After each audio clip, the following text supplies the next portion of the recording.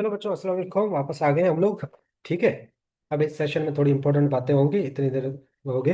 अच्छा, पहले सेशन में मेरा जो चीज़ें बताने का मकसद था, वो मकसद ये था कि आप लोगों को चीज़ों का पता होना चाहिए। ठीक है, आप लोग सिर्फ जज्बाती हो, एमटीकेट करना है, हमें पढ़ाओ, बायोलॉजी केमिस्ट्री फिजिक्स आती है, पढ़ाओ करो। ऐसे नहीं होता। पहले आपको बैकग्राउंड पता होना चाहिए चीज़ों का। जब तक अब देखो ना, आप कोई भी चैप्टर पढ़ते हो, कोई भी चैप्टर पढ़ते हो, तो चैप्टर का बैकग्राउंड नहीं पता होगा, उसके सराउंडिंग चीज़ें नहीं पता होगी ना, तो आप पढ़ते रहोगे, आपको समझ कहीं कुछ नहीं आएगा, रट्टा लगा रहे होगे आप। अगर किसी चीज को अच्छे से अंडरस्टैंडिंग करनी है, तो उसका बैकग्राउंड पता होना चाहिए आपको हर चीज का, कि वो चीज कैसे होती है, किस तरीके से होती है, तब जाके आपकी क्लियर अंडरस्टैंडिंग होगी। अब देखो ना, जैसे हमारा बायोलॉजिकल मॉलिक्यूल है, ये एक चैप्टर है। उस चैप्टर के अंदर क्या है, मॉलिक्यूल्स है छोटे छोटे सारे। ठीक है। और उसके बाद हम जाते हैं सेल में। ठीक है। अब वो मॉलिक्यूल्स का कितना बड़ा रोल है। अच्छा, ये चीज भी मैं आप लोगों को एक दिखाता हूँ। यार बहुत मजे की चीज आई। मतलब छोटी छोटी चीजें बताने का दिल करता है ना आपको। एक चीज ये भी दिखा देता हूँ मैं।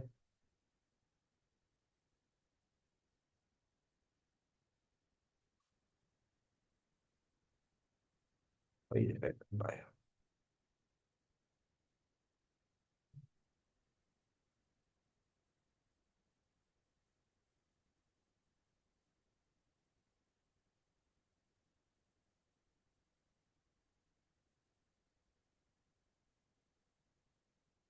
एक चीज, एक मिनट। ओके, ये गई।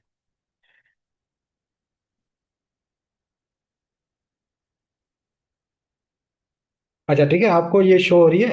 हाँ, स्क्रीन। एक।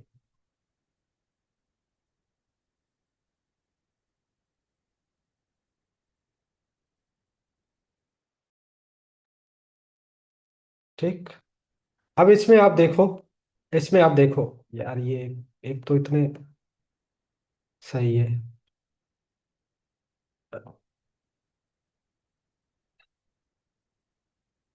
अब आगे वापस यहाँ पे। ठीक।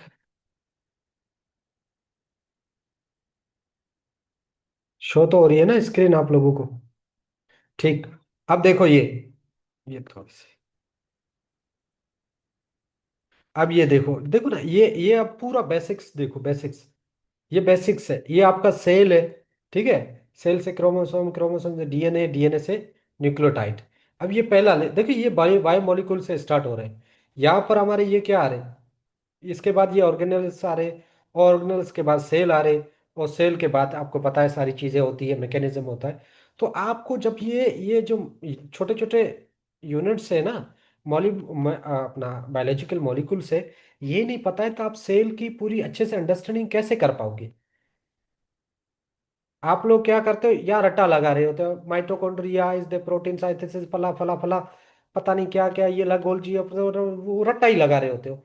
आपको उसकी बेसिक ये चीज आपकी क्लियर होगी ना, तो आप इस तरीके से सीक्वेंस में जाओगे ना, तो आपको चीजें सारी कॉन्सेप्ट क्लियर होगी। तो उस तरीके से जो आपका एमडीकेट एग्जाम है। अच्छा, ये बहुत जरूरी है, आप लोगों को शायद नहीं पता होगी ये चीज। तो ये बहुत, ये हमारे जो बायोलॉजी मॉलिक्यूल के नोट्स हैं, तो उसके अंदर आपको मिल जाएगी ये चीज। तो ये सारी चीजें। ठीक है ना। तो कहने का मकसद है ये, इस तरीके से अगर आपको किसी चीज का बैकग्राउंड नहीं पता है, बेसिक्स नहीं पता है, तो आप बहुत टाइम लगाओगे वो चीज समझने में। बहुत ज्यादा एफर्ट्स आपको लगानी पड़ेगी, या तो आपको रट्टा लगाना पड़ेगा उस चीज का। अगर आपकी अंडरस्टैंडिंग क्लियर होगी, तो आपको चुटकियों में वो चीज समझ आ जाएगी। बस आपको बार बार रिपीटेशन करनी पड़ेगी, रिवीजन करना पड़ेगा, उसको अपने दिमाग में हमेशा के लिए रखने के लिए। ठीक है। बेटा, फिजिक्स का मंजन बैच बहुत घटिया है, और किसी काम का नहीं है। 200 बार पूछ चुके हो कैसा है। बैच क्यों ज्वाइन करना, उनके सारे लेक्चर यूट्यूब पे पड़े हुए, फ्री में देख सकते हो, तो क्यों ज्वाइन करना है, मुझे ये बता, पैसे ज्यादा है आपके पास। सारा यूट्यूब पे पड़ा हुआ है।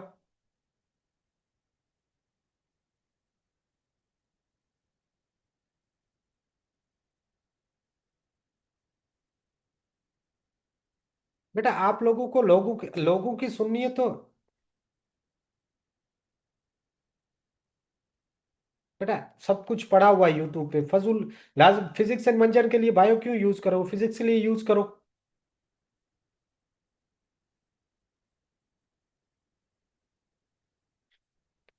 ठीक है। पहले जो इम्पोर्टेंट चीजें वो, यार देखो आप लोग वो इंसान हो, आप लोग मतलब उस टाइप के इंसान हो।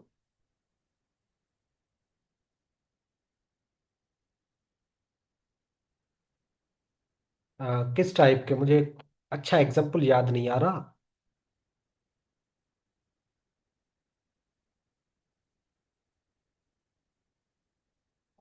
चले, हाँ मैं आप लोगों को फिर मुंह बंद कर लूँ सबके, फिर मैं बोलना शुरू करता हूँ। चलो अब चलते हैं। अच्छा, मैं एकेडमी के रिगार्डिंग आपको पहले ये बता दूं। अच्छा, जो हमारे जो टॉपर थे, उसके रिगार्डिंग बच्चे पूछ रहे हैं कि सर एकेडमी क्या है। बेटा उस बच्चे ने उसके अकॉर्डिंग उसने बोला कि मैं इंडियन लेक्चर यूज़ करता था, यूट्यूब पे बहुत अच्छे अच्छे लेक्चर्स पढ़े हुए, और बहुत अच्छा पढ़ाते हैं, आप सबको पता है, बहुत अच्छा पढ़ाते हैं, ठीक है। वो वहाँ लेक्चर लेता था, अपने कॉन्सेप्ट सुनता, और जहाँ पर उसे लगता था कि यार ये इंडिया वाले, क्योंकि वहाँ बहुत एडवांस पढ़ते हैं, तो बहुत एक्स्ट्रा पढ़ा रहे, एडवांस पढ़ा रहे, तो वहाँ पर वो कहीं ज़रूरत पड़ती थी, कुछ यूट्यूब चैनल है पाकिस्तानी, उनको फॉलो करके वहां से वो चीज़ अंडरस्टैंडिंग कर लेता था।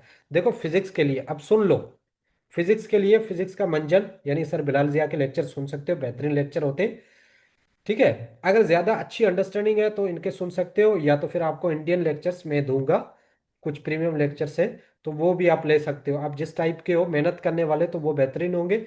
मेहनत करने वाले नहीं, सुस्त और लेजी इंसान हो, तो फिर फिजिक्स के मैं पाकिस्तानी जो बता रहा हूँ वो सुन लेना। आप सर बिलाल ज़िया के सुन लेना, माशाल्लाह बहुत अच्छे होते हैं। सर अरफात के सुन लेना, बहुत अच्छे होते हैं।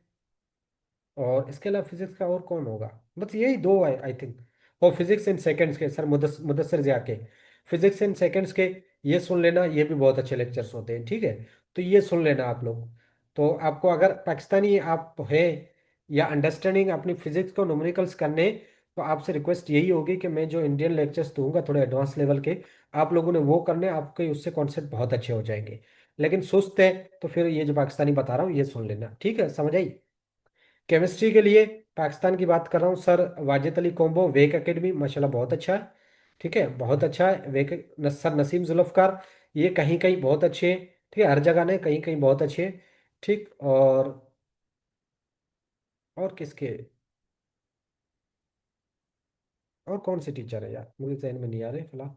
आप लोग सजेस्ट कर दो केमिस्ट्री के लिए पाकिस्तानी, आपको कौन से पता है केमिस्ट्री के लिए, कोई और है टीचर आप लोगों के दिमाग में। सर खा, मैं ऑनलाइन की बात कर रहा हूँ, यूट्यूब की बात कर रहा हूँ सर खालिद। वेक और उसके अलावा सर नसीब जुल्फकार। सर जावेद कौन से हैं? अबे sir Khalik is best, sir Khalik YouTube पे पढ़ाते हैं, sir Khalik is best. Indian की बात बाद में करते हैं, जावेद इकबाल, जावेद इकबाल बहुत अच्छे, ठीक है। सर साद वकार बहुत अच्छे। चले, ठीक है। हाँ सर नसीम जुल्फकार इतने मतलब एफएससी लेवल के लिए अच्छे, ठीक है। मैं पाकिस्तान की बात कर रहा हूँ केमिस्ट्री में। बाकी इंडियन इंडियन केमिस्ट्री के लिए मैं लेक्चर्स दूंगा, ठीक है। वेक काफ़ी अच्छी है, वेक बहुत अच्छी है सर, वेक वाले वाजिद अली कॉम्बो बहुत अच्छे सर है, ठीक है। चलो, इसके अलावा और हर किसी का अलग अलग चॉइस है, ठीक है ना, आप लोगों की अलग अलग चॉइस है, आपको जो टीचर बेहतर लग रहा है उसको सुन लीजिएगा। बाकी इंडियन में मैं आप लोगों को लेक्चर्स दूंगा प्रीमियम, ठीक है, प्राइवेट में लेक्चर्स दूंगा, वो यूट्यूब पे आपको नहीं मिलेंगे, ठीक है। तो वो लेक्चर्स अगर आपको एडवांस और अच्छी अंडरस्टैंडिंग चाहिए केमिस्ट्री की, तो फिर वो बेस्ट है। अच्छा ये हो गया। अब बेटा टाइम मैनेजमेंट अभी किसकी करनी है, टाइम मैनेजमेंट पे आते हैं। उसके अलावा अब सुन तो लो मेरी बात, उसके अलावा हम चलते हैं बायोलॉजी में।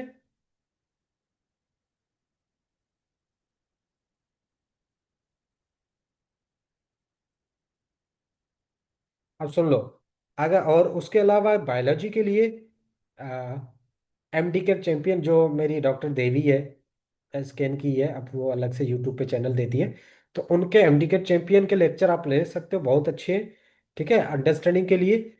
और the guardian Balaji sir, federal के सर हैं, तो फेडरल के कौन से बहुत अच्छा पढ़ाते हैं, द गार्डियन बालाजी बहुत अच्छा है। और उसके अलावा यार बाकी इंडियन होंगे, बाकी इंडियन है, तो शी पाऊजा है, वो बहुत अच्छी पढ़ाती है। और रितु मैम है, उनके लेक्चर बहुत अच्छे हैं। ठीक है। और उसके अलावा बाकी जो लेक्चर मुझे देने होंगे वो मैं आपको प्राइवेटली ड्राइव पे इंडियन लेक्चर दे दूंगा। विपिन सर है, आई थिंक विपिन सर, हाँ विपिन सर है, माशाल्लाह बहुत अच्छा पढ़ाते हैं। लेकिन यूट्यूब पे उनके ज़्यादातर आपको जूला बॉटनी के लेक्चर्स मिलेंगे, जूलॉजी के नहीं मिलेंगे। तो जूलॉजी के लेक्चर आप लोगों को मैं उनके प्राइवेटली दे दूंगा। ठीक है। तो इस तरीके से हम लोग ये तीन सब्जेक्ट है, लेकिन इतना रूटेड पढ़ेंगे सब्जेक्ट्स को, इतना डीप, इतनी अच्छी अंडरस्टैंडिंग के साथ पढ़ेंगे कि ये 6 महीने हम इतना बेहतरीन पढ़ेंगे, अपना सारा चीज़ें इतना डिटेल में पढ़ेंगे। आगे आने वाले 3-4 महीने हम बिल्कुल प्रैक्टिस में घुस जाएंगे। अब देखो, सुनो मेरी बात सुनो। अब ये 6 महीने हम लेक्चर्स लेके अच्छे से, ठीक है, अच्छे से पढ़ेंगे, अच्छे से अंडरस्टैंडिंग करेंगे लेक्चर्स की। लेक्चर्स के साथ वर्कशीट प्रैक्टिस। वर्कशीट उस चैप्टर के अगर 500 एमसीक्यूज को आपने कंप्लीट सॉल्व करनी है, 1000 एमसीक्यूज की कंप्लीट सॉल्व करनी है। और जैसे चैप्टर हमारा कंप्लीट होगा, मतलब मैंने शेड्यूल दे दिया है इम्प्रूवर्स वालों को कि इस हर टेस्ट का, तो उस शेड्यूल के अकॉर्डिंग आपके वीकेंड संडे पे टेस्ट होंगे। जो जो चैप्टर दिए गए उनका टेस्ट होगा। और हर चैप्टर के, मतलब हर सब्जेक्ट के 50-50 एमसीक्यूज होंगे टेस्ट में। अगर 2 चैप्टर है तो 100 एमसीक्यूज का टेस्ट होगा। अगर 3 चैप्टर है तो 150 एमसीक्यूज का टेस्ट होगा हर संडे को। ठीक है। ये बात अपने दिमाग में बिठा दें। और उसके अलावा ये शुरू वाले 6 महीने की बात कर रहा हूँ मैं, आगे की बात नहीं कर रहा, अभी शुरू वाले 6 महीने की बात कर रहा हूँ। तो इस तरीके से हमें लेक्चर्स लेंगे, नोट्स बनाएंगे अपने। नोट्स बनाना बहुत जरूरी है, आप लोगों ने अपने नोट्स बनाना बहुत जरूरी है। मैं अपने नोट्स भी दूंगा। जो नोट्स आप एज ए रेफरेंस बुक, उसके अंदर कॉन्सेप्ट अंडरस्टैंडिंग बहुत अच्छी बनी हुई होगी, वो भी मैं दूंगा। और आप लोग अपने भी नोट्स बनाएंगे, लेक्चर लेंगे, लेक्चर लेने के बाद आप लोग वर्कशीट कंप्लीट सॉल्व करेंगे। अब जब वर्कशीट सॉल्व कर रहे हो तब आपने करना, अब क्या करेंगे, हमारा जो डिस्कशन ग्रुप होगा उसके अंदर आप लोग वर्कशीट के अंदर जो सवाल आपको समझ नहीं आ रहा है, ठीक है, जो सवाल आपको समझ नहीं आ रहा है या आपसे हो नहीं रहा है, तो उसको हम डिस्कस करेंगे। मतलब आप ग्रुप में पूछ के एक दूसरे के साथ डिस्कशन करनी है, पूछना है भाई ये एमसीक्यूज कैसे होगा, मुझे समझ नहीं आ रहा, किस तरीके से होगा मुझे समझा दो। तो एक दूसरे के हमने इस तरीके से हेल्पिंग हैंड बन के रहना एंड तक। ये आप लोगों का बहुत ज्यादा इंपॉर्टेंट चीज होगी कि हमने अपने ग्रुप को एक बिल्कुल ही अपना फैमिली, एक अपना अल्टीमेट सॉल्यूशन बना के रखना है। ठीक है। और जो बच्चे हैं ना, हम डिस्कस नहीं करते, सवाल नहीं पूछते, तो बेटा वो आपकी चॉइस है, अब मैं जबरदस्ती नहीं कर सकता। लेकिन हमारा जो एक रूल होगा, एक सिस्टम होगा, उसके अंदर आप लोग इन्वॉल्व जितना रहेंगे उतना ज्यादा आप लोगों का फायदा होगा। ठीक है। और उसके अलावा बच्चों, 1 मिनट होल्ड कीजिएगा।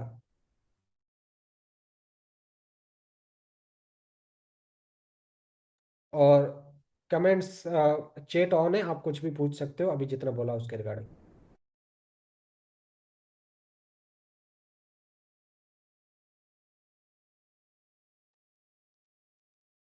अच्छा। अब अब ये बात आपको समझ आनी जानी चाहिए। कल से जो हमारी बेसिक मैथ स्टार्ट होगी, बेसिक मैथ में पता है क्या होगा, मैं मैथ पढ़ाऊंगा, आप लोगों से करवाऊंगा। क्योंकि फिजिक्स, मैथ इसलिए होती है कि आपका दिमाग खुल जाए। आपका दिमाग है ना वो बहुत सड़ा हुआ है। मैथ आपके दिमाग की इंटेलिजेंस खोलने में बहुत काम करती है, उसके साथ साथ फिजिक्स के न्यूमेरिकल्स में आपकी हेल्प करती है, या फिजिक्स को अंडरस्टैंड करने में बहुत हेल्प करती है। तो उसके लिए हमारा जो अपना फिजिक्स का 15, वो मैथ का 15 दिन का सेशन होगा, ये आपकी बहुत हेल्प करेगा कि आपके बेसिक्स बनाने में और आपके फिजिक्स को अंडरस्टैंड करने में। ठीक है। Then we will go for, अब हमारा जो शेड्यूल है उसके अकॉर्डिंग हम लोग चलेंगे।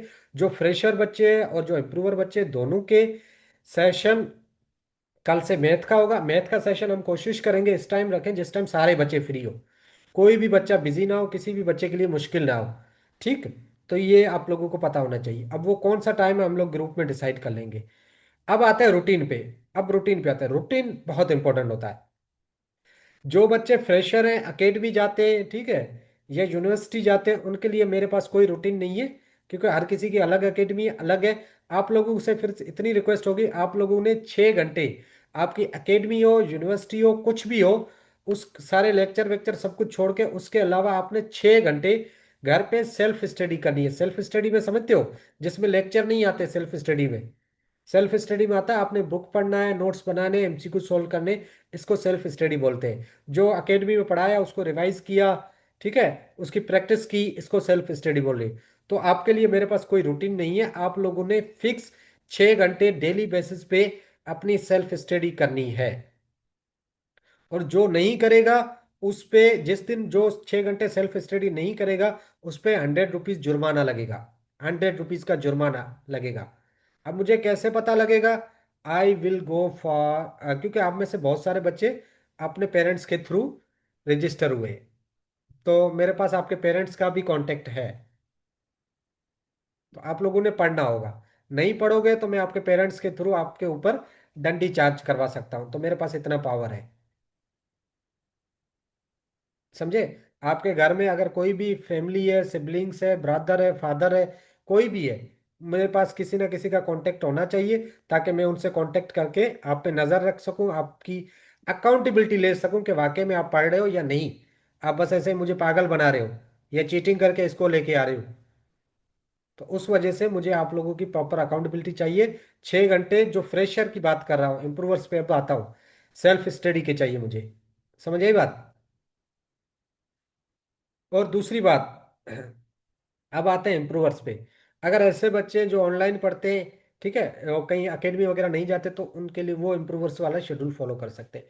इम्प्रूवर्स के लिए देखो, मैं कभी भी है ना आप लोगों को कभी भी ये चीज सजेस्ट नहीं करता कि आप रात को स्टडी करें। इस बारे में मेरा डिटेल में सेशन हो चुके। आपको मेरे यूट्यूब चैनल पे जाओगे, 30 डेज चैलेंज मिलेगा, 30 डेज चैलेंज, वो वाला वीडियो देख लेना। तो उसमें आपको डिटेल में मिल जाएगा रूटीन के रिगार्डिंग कि आप लोगों को रात में पढ़ाई क्यों नहीं करनी चाहिए, क्योंकि रात में पढ़ाई करना सबसे फजूल तरीन और इनएफिशिएंट पढ़ाई है। अच्छा, एक मिनट वेट कीजिएगा, अजान हो रही है, 1 मिनट वेट कीजिएगा, तब तक आप लोग कमेंट कर सकते हो।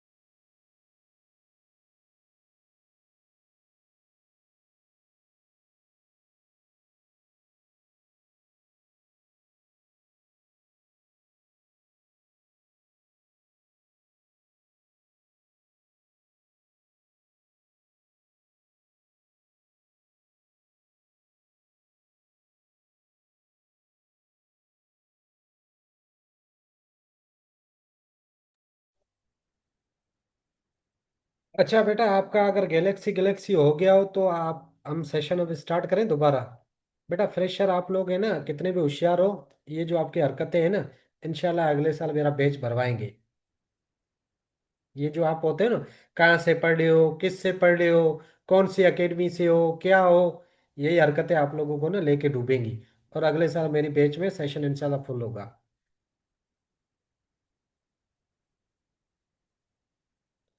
चलें।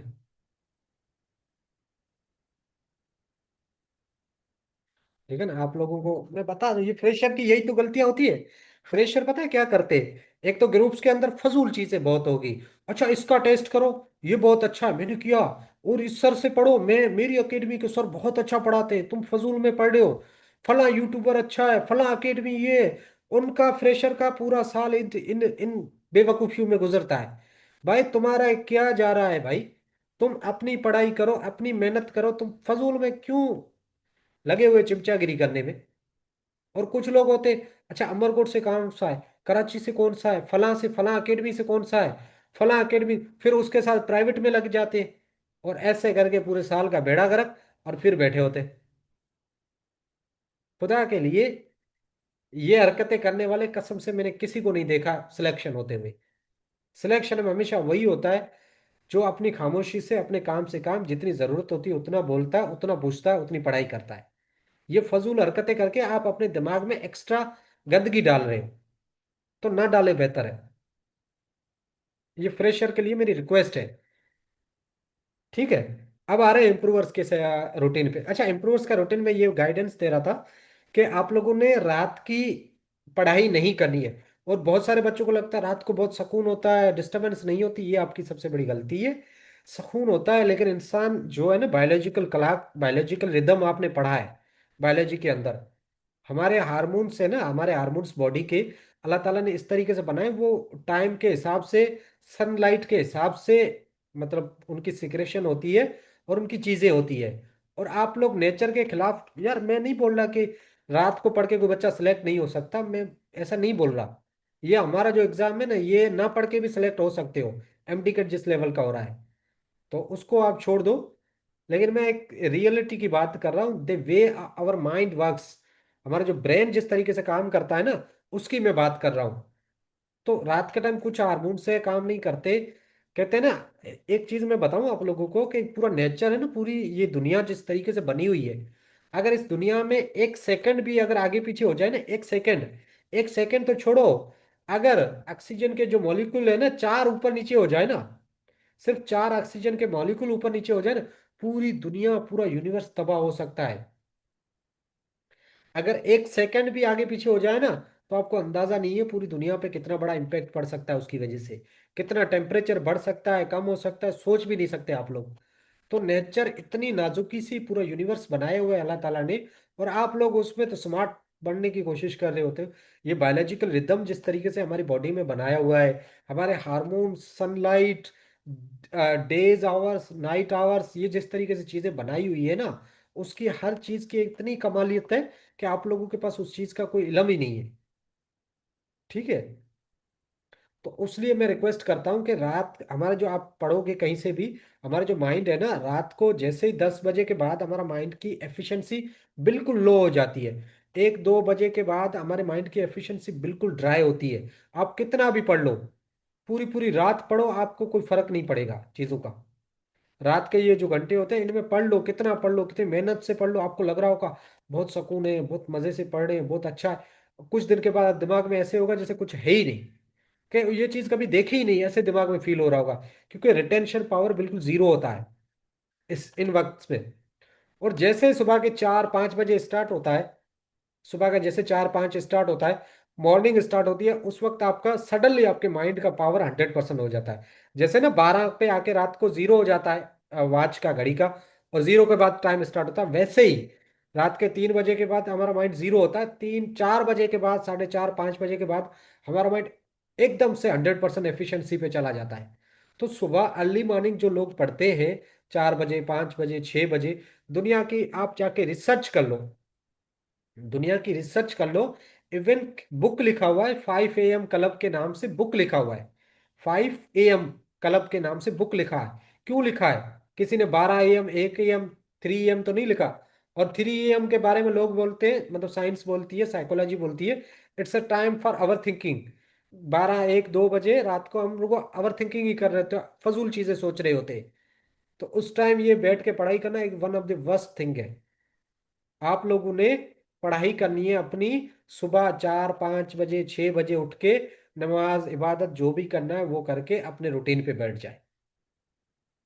ठीक है। और उसके बाद क्या करना है, सबसे पहले आपने वो सब्जेक्ट उठाना है जो सब्जेक्ट आपको मोस्ट टफेस्ट लगता है। जो सब्जेक्ट आपको सबसे टफ लगता है, पढ़ाई आपने वहां से स्टार्ट करनी है। और सुबह आप 5 बजे बैठे या 6 बजे बैठे, 9 बजे तक 3 घंटे पढ़ा, आधे घंटे ब्रेक लिया, अगेन 9 बजे पे 3 घंटे पढ़ा, 12 बजे। बाकी लोग 12 बजे उठ रहे होंगे, आप लोगों ने अपने 12 घंटे पे 12 बजे पे पढ़ाई खत्म कर ली होगी। बाकी लोगों का दिन स्टार्ट होगा, आप लोगों ने अपना काम खत्म कर दिया होगा। तो उस वक्त जितना आपका माइंड रिलैक्स होगा ना, आप सोच नहीं सकते। आपको ऐसा लग रहा होगा मेरे पास टाइम ही टाइम है। लेकिन आप लोग फजूल हरकतें क्या करते, पूरी रात बैठ के एक मोबाइल स्क्रॉलिंग में और एक अपना ओवर थिंकिंग में किताबें खोल के बैठे होते हो, लेक्चर चल रहा होता है लेकिन आपको लग रहा होता है मैं पढ़ रहा हूँ, पढ़ नहीं रहे होते हो। फिर बोलते हैं सर टाइम मैनेजमेंट नहीं होती। टाइम मैनेजमेंट कहाँ से होगी? आप टाइम पूरा जाया कर रहे हो, सुबह 2 बजे 3 बजे उठ रहे हो, नहा के चाय वाय नाश्ता वाश्ता कर रहे हो, शाम के 5 बज रहे, रात हो गई वापस। टाइम मैनेजमेंट कहाँ से होगी मुझे बताओ? टाइम मैनेजमेंट आप जिंदगी में सुबह 6 बजे उठना शुरू करो, 5 बजे उठना शुरू करो, पढ़ाई करो अपनी 12 बजे तक। 12 बजे तक आप किताबें बंद कर लो, आपको लगेगा तो अभी दिन तो अभी शुरू हुआ है, मैंने तो अपना काम ही खत्म कर लिया। You will feel lot of time. आपके पास इतना टाइम होगा, इतना टाइम होगा कि आप इतना एक्स्ट्रा चीजें कर सकते हो, इतनी एक्स्ट्रा चीजें कर सकते हो आपने सोचा भी नहीं होगा कभी। और 6 महीने के अंदर क्या आप उससे पहले भी सिलेबस कंप्लीट कर लोगे, मुझसे भी आगे चल रहे होगे। तो बताने का मकसद ये है कि टाइम मैनेजमेंट आप दिन का स्टार्ट ही 12, 1 बजे के बाद कर रहे हो, कहाँ से टाइम मैनेजमेंट होगी? और जो बोलते हैं रात की सेल्फ स्टडी होती है, रात का ये होता है, नहीं होती। रात का ना सुकून होता है, सुकून होता है, लेकिन बाकी सब कुछ फजूल होता है। और अभी मैं 30 डेज चैलेंज वाला वीडियो थोड़ी देर में ग्रुप पे शेयर करूंगा, वो देखना है आप लोगों ने पूरा। तो इस तरीके से आपने रूटीन में जाना है अपना। ठीक। उसके बाद अच्छा, उसके बाद ये होगा आपका मैं शेड्यूल बना के टाइम 30 डेज वीडियो में आपको पूरी डिटेल मिल जाएगी कि किस तरीके से आपने सब्जेक्ट को एलोकेट करना है, टाइम ड्यूरेशन, वो सारी चीज़ें मिल जाएंगी। तो वो रूटीन का उसका मुझे ज़्यादा बताने की ज़रूरत नहीं है। अच्छा, इसके बाद अब जो फ्रेशर है उनकी टेस्ट भी दिसंबर से स्टार्ट होंगी प्रॉपर तरीके से, जब हम बेसिक मैथ पढ़ लेंगे। और इम्प्रूवर है सबकी स्टार्ट होंगी। आप लोग फ्रेशर इम्प्रूवर एक दूसरे की टेस्ट कर सकते हो, उस पर कोई रिस्क नहीं है। लेकिन मैं ये फजूल हरकत चाहूंगा नहीं आप लोग करो। आप इधर फर्स्ट ईयर पढ़े, उधर उधर इंटर की टेस्ट कर रहे हो, उधर इंटर पढ़े होते फर्स्ट ईयर की टेस्ट कर रहे हो। सब खुद को स्मार्ट बनने के चक्कर में बेड़ा गर्क करोगे अपने माइंड के अंदर। उसके बाद एक बहुत बड़ा इशू होता है हमारा, है मोबाइल डिस्ट्रैक्शन। मोबाइल बहुत बड़ी डिस्ट्रैक्शन है, और मोबाइल की वजह से आपका बहुत ज्यादा टाइम में डिस्टर्ब होता है। ठीक है। अब मैं मोबाइल की वजह से हमारा टाइम कैसे डिस्टर्ब होता है मैं ये चीज भी बताता हूँ आपकी। ठीक है। ये दुआ करो हमारा इस मीटिंग के अंदर ही काम हो जाए। कहाँ गए, ये रहा। ठीक है, आज डेट कितनी है? ये देखते रहिएगा। 11/16/2025। ठीक है, आज हमारी डेट ये। और हम एक्सपेक्ट कर रहे हैं कि हमारा एग्जाम होगा 15 सितंबर 2025 को। ठीक है, अब हमारे पास टोटल डेज कितने?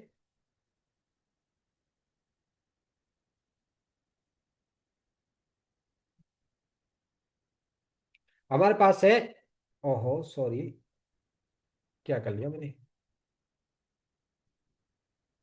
Start date 11/16। हाँ सही है। अच्छा अच्छा, सॉरी सॉरी, यहाँ पे 26 करना है।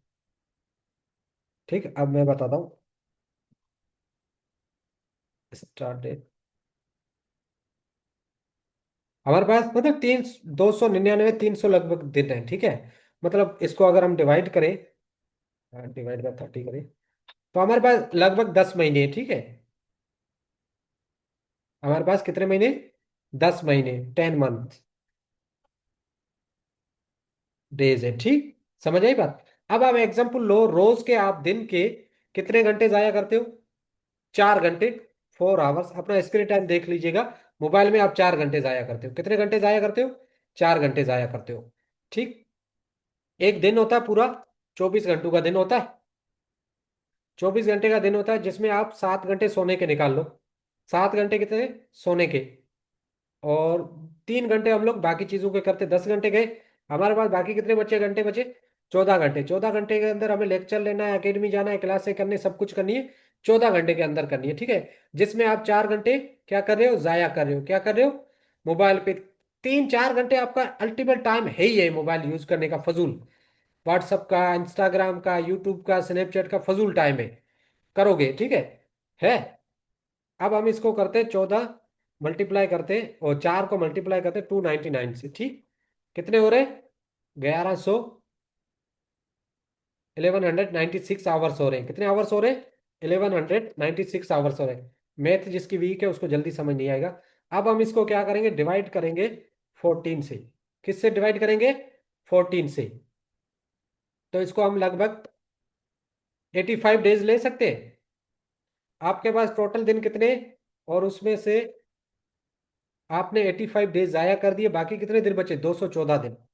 300 में से आपके 100 दिन पूरे जाया हो रहे, यानी कि आपका 30% जो है जाया हो रहा है मोबाइल की वजह से।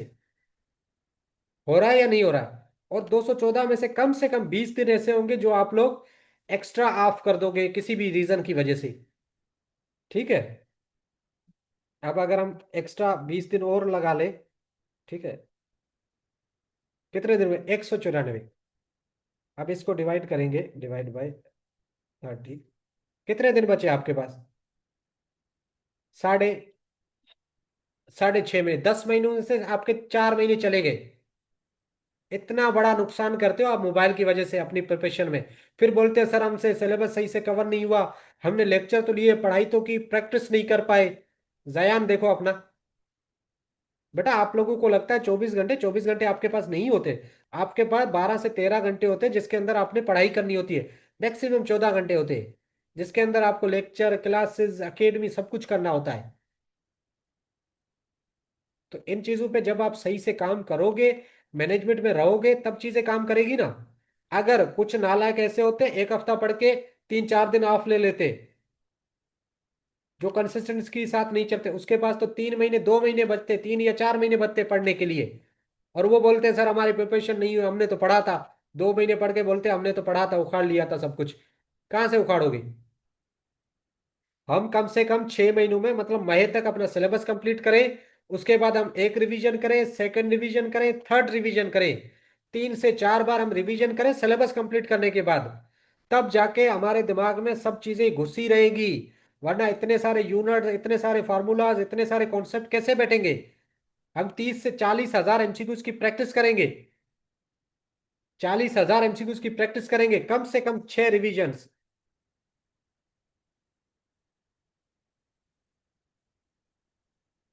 कम से कम 6 रिवीजन्स और 40 हजार एमसीक्यूज की प्रैक्टिस करेंगे, तब जाके हमें लगेगा कि वाकई हम एफिशिएंट है, हमें काबिलियत है, हमने मेहनत की है। अब हमारी प्रिपरेशन है। उसके बाद अगर नहीं होती सिलेक्शन, तो यकीन करें अल्लाह ताला की मर्जी है, you are not eligible for this. उसमें कुछ बेहतर और बेहतरीन सोच के रखा हुआ होगा आपके लिए। या तो फिर या तो फिर आपके एमाल अच्छे नहीं होंगे, कि आपकी नीयत इंटेंशन अच्छी नहीं होगी, किसी ना किसी का दिल दुखाया होगा, उसकी वजह से सिलेक्शन नहीं हो रही होगी। या तो फिर आपका लिए अल्लाह ताला ने कुछ बेहतर लिखा होगा। यही दो रीजन हो सकते हैं। इतनी मेहनत के बाद जिसकी सिलेक्शन ना हो ना, उसका यही रीजन हो सकता है। अब बहुत सारे बच्चे बोलते हैं सर हम गलतियां कर लेते हैं, टाइम मैनेजमेंट, वो चीजें हम सब सीख लेंगे।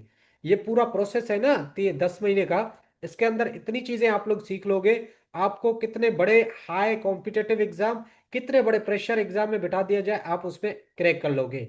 बस जो जो चीजें मैं करवाता जाऊं, समझाता जाऊं, बताता जाऊं, उस पर चलना है। और ईमानदार रहना। मेरे साथ जो बेईमान रहेगा, कसम खुदा की वो कभी कामयाब नहीं होगा। ये चीज मुझसे अभी लिखवा लो।